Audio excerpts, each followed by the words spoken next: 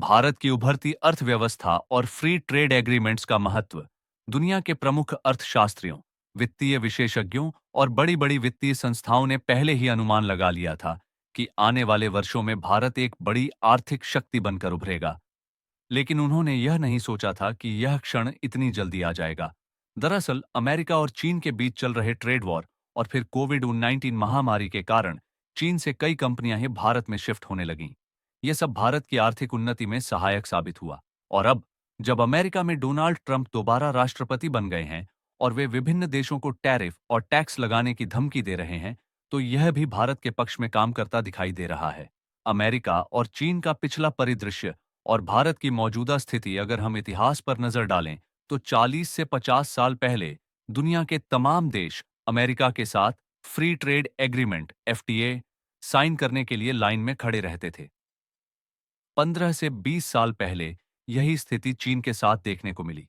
America और चीन के विशाल बाजार और आर्थिक ताकत के कारण सभी देश उनके साथ व्यापार करना चाहते थे, लेकिन आज स्थिति बिल्कुल बदल गई है। आज दुनिया के कई देश भारत की राजधानी नई दिल्ली के चक्कर लगा रहे हैं और फ्री ट्रेड एग्रीमेंट साइन करने के लिए भारत को अप्रोच कर रहे हैं। कौन-कौन से देश कर रहे हैं भारत के साथ एफटीए की बातचीत? वर्तमान समय में भारत के साथ एफटीए की बातचीत कर रहे देशों की संख्या 45 के करीब पहुंच चुकी है।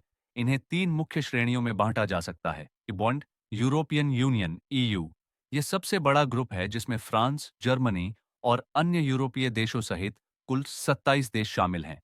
ये देश भारत के साथ एफटीए साइन करने में दिलचस्पी दिखा रहे हैं ताकि व्यापार और निवेश में वृद्धि हो सके। डू गल्फ कूनैपरेशन काउंसिल जीसीसी, इसमें 6 देश शामिल हैं: Bahrain, Kuwait, Oman, Qatar, Saudi Arab और संयुक्त अरब अमीरात यूएई। ये देश सामूहिक रूप से भारत के साथ एफटीए की बातचीत कर रहे हैं ताकि ऊर्जा और व्यापारिक संबंध और भी मजबूत हो सके। 3. यूरेशियन इकोनॉमिक यूनियन ईएईयू, इस ग्रुप में 5 देश शामिल हैं: आर्मेनिया, बेलारूस, कजाकिस्तान, किर्गिस्तान और रूस। ये देश भारत के साथ व्यापारिक साझेदारी बढ़ाने के इच्छुक हैं। इसके अलावा अन्य प्रमुख देश जो भारत के साथ व्यक्तिगत स्तर पर एफटीए की बातचीत कर रहे हैं: संयुक्त राज्य America USA, United kingdom Britain, New Zealand, Australia, Sri Lanka, Israel, Peru. FTA के माध्यम से भारत को क्या लाभ होगा? यदि ये सभी एफटीए सफलतापूर्वक साइन हो जाते हैं, तो मेड इन इंडिया उत्पादों को दुनिया के 45 देशों की बाजार का एक्सेस मिल जाएगा। लेकिन सवाल यह उठता है कि इतने सारे देश अचानक भारत की ओर क्यों आकर्षित हो रहे हैं? इसके पीछे कई कारण हैं। 1. अमेरिका और चीन के बीच ट्रेड वॉर। अमेरिका और चीन के बीच लगातार व्यापार युद्ध की स्थिति बनी हुई है। अमेरिका की नीतियां अन्य देशों पर टैक्स और टैरिफ लगाने की धमकी दे रही हैं। इससे अन्य देश भारत को एक बेहतर विकल्प मान रहे हैं।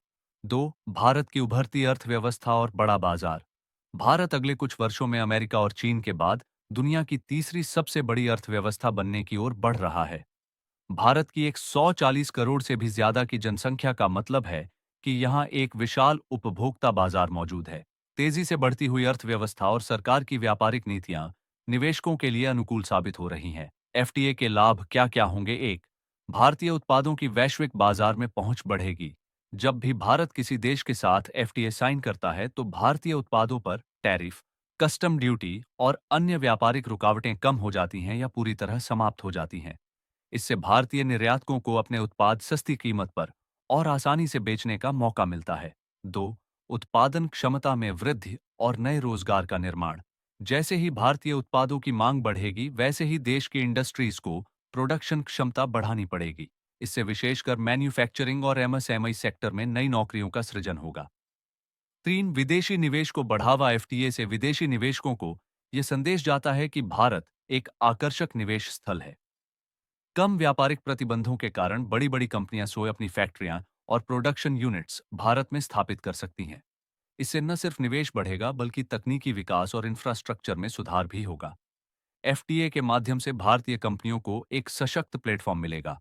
खासकर फार्मास्यूटिकल, आईटी, टेक्सटाइल और ऑटोमोबाइल सेक्टर के लिए यह गेम चेंजर साबित हो सकता है, क्योंकि भारत की इंडस्ट्रीज लो कॉस्ट प्रोडक्शन और उच्च कुशलता वाले वर्कफोर्स का सबसे अच्छा संयोजन प्रदान करती है।